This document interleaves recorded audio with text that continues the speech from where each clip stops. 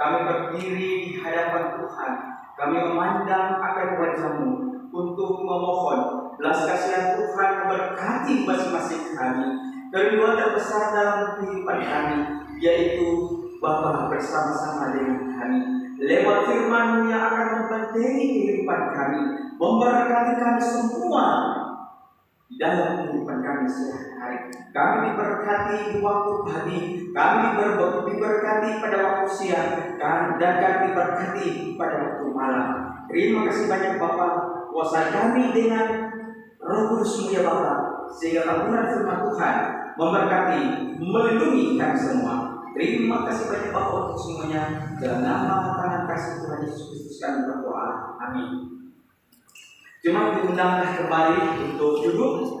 Dari depan saya ucapkan Shalom dan selamat hari Sabat Bapak Ibu saudara-saudaraku sekalian. Kalau saya bilang Shalom, Bapak Ibu silakan boleh jawab damai di hati. Shalom. Damai di hati. Shalom. Puji Tuhan. Bapak Ibu yang dikasihi, hari-hari yang kita lalui ini dan kita jalani ini, ada begitu banyak tantangan yang harus kita hadapi. Dan ketika kita bersama dengan Tuhan, maka kita menjadi umat pemenang-pemenang. Kita tidak dikalahkan oleh kuasa-kuasa kegelapan, tetapi kita dibentengi, kita dilindungi, kita diberkati oleh Tuhan dalam kehidupan kita sehari-hari. Mazmur 100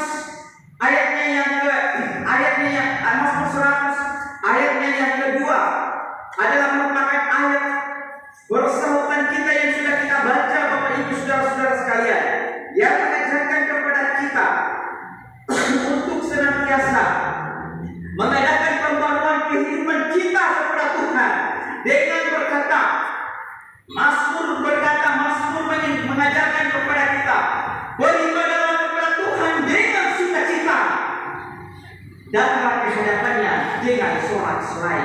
Bapak Ibu, hari Sabat itu adalah hari yang diberkati oleh Tuhan. Hari Sabat itu adalah hari yang Tuhan jadikan bagi saudara-saudara dan saya.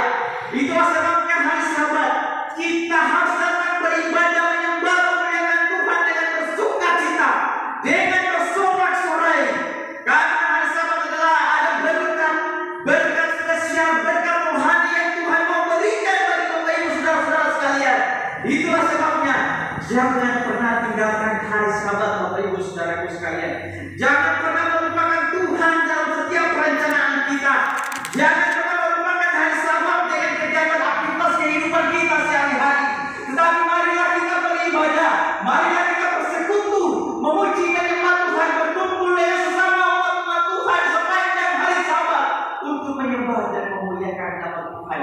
Bapak Ibu saudaraku yang diberkati di dalam nama Tuhan, mari beribadah dengan sukacita, mari beribadah dengan sorak-sorai.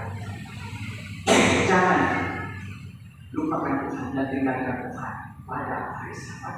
Saudaraku yang diberkati dalam nama Tuhan kita Yesus Kristus, lebih baik satu hari di rumah Tuhan daripada 1000 hari di tempat lain. Lebih baik satu hari di hari Sabat itu saudara-saudara saya datang untuk bersekutu beribadah menyembah memuliakan nama Tuhan, daripada melakukan urusan-urusan pribadi kita pada hari Sabat. Saudara-saudaraku yang dikasihi dalam nama Tuhan, Tuhan Yesus segera datang Tuhan Yesus. Jangan sampai waktu Tuhan sudah datang kita tertinggal di atas dunia ini. Jangan sampai Tuhan Yesus datang kita tidak masuk di dalam kerajaan. Nah, oleh karena di dalam kehidupan kita sehari-hari kita masih menyibukkan kehidupan kita dengan kegiatan dunia.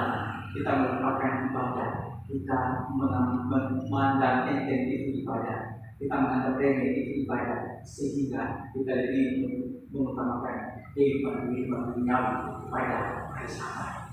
Oke, baik Bapak Ibu saudara-saudaraku yang diberkati di dalam nama Tuhan kita Yesus Kristus, kita percaya bahwa firman Tuhan itu penuh kuasa, firman Tuhan itu adalah ya dan amin, dan selalu mementing kehidupan kita masing-masing, dan firman Tuhan itu selalu menopang akan setiap perjalanan kehidupan Bapak Ibu saudara-saudara sekalian. Itu sebabnya izinkan saya pada kesempatan ini dengan sengaja yang akan kita lalui mendengarkan firman Tuhan, kebenaran firman Tuhan yang saya akan sampaikan bagi Bapak Ibu semua. Sehingga dengan berharap bahwa firman Tuhan ini akan memberkati saudara-saudaraku sekalian. Judul firman Tuhan yang saya mau bagikan bagi Bapak Ibu jemaat Tuhan, jemaat Bojonegoro, dengan judul adalah kurikulum kasih. Ayatnya saya ambil dalam 1 Korintus 13, dalam 1 Korintus 13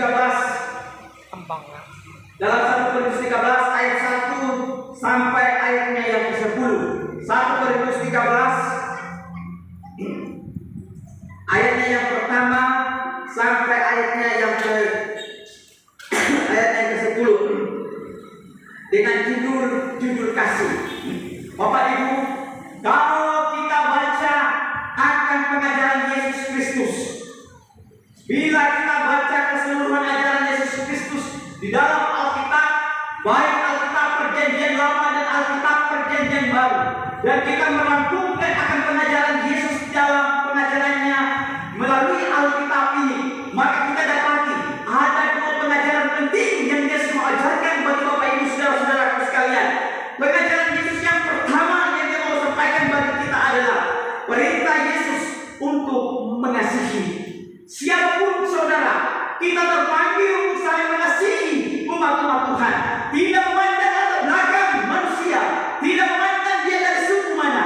Tapi kalau saudara saya percaya dan menganggap bahwa kita ini adalah umat-umat Tuhan, maka saudara saya terpanggil untuk mengasihi. Kita bukan diajarkan untuk membenci umat-umat Tuhan satu dengan yang lain, tapi kita terbagi untuk saling melayani, saling merangkul, saling mengasihi satu dengan yang lain. Oleh sebab pengajaran Yesus di dalam Alkitab, firman Tuhan yang mengajarkan kepada kita adalah saling mengasihi satu dengan yang lain. Ajaran Yesus adalah ajaran yang penuh dengan kasih atau dengan mengasihi. Lalu yang kedua, bila kita merangkumkan akan Alkitab ini dan pengajaran Yesus Kristus, maka kita dapati pengajaran Yesus yang kedua.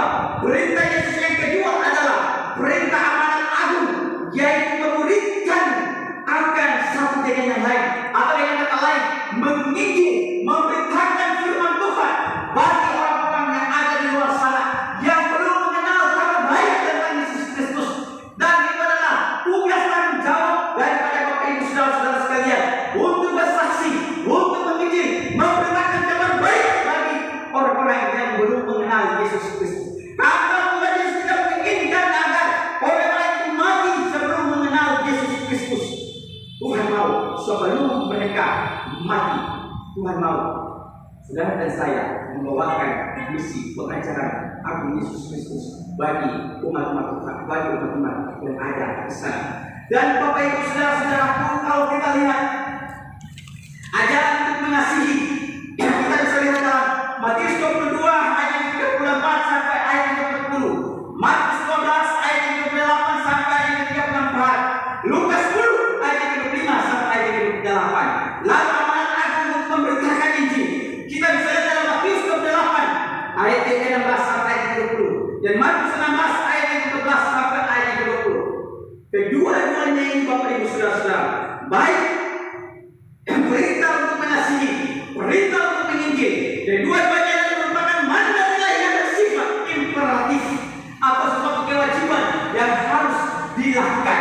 Ini bukan merupakan sifat atau bukan merupakan alternatif untuk bisa melakukan dan tidak bisa dilakukan, tetapi ini adalah perintah yang bersifat imperatif yang harus kita lakukan.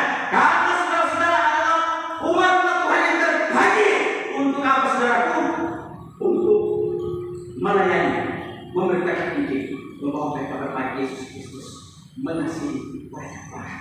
Saudara-saudara, jangan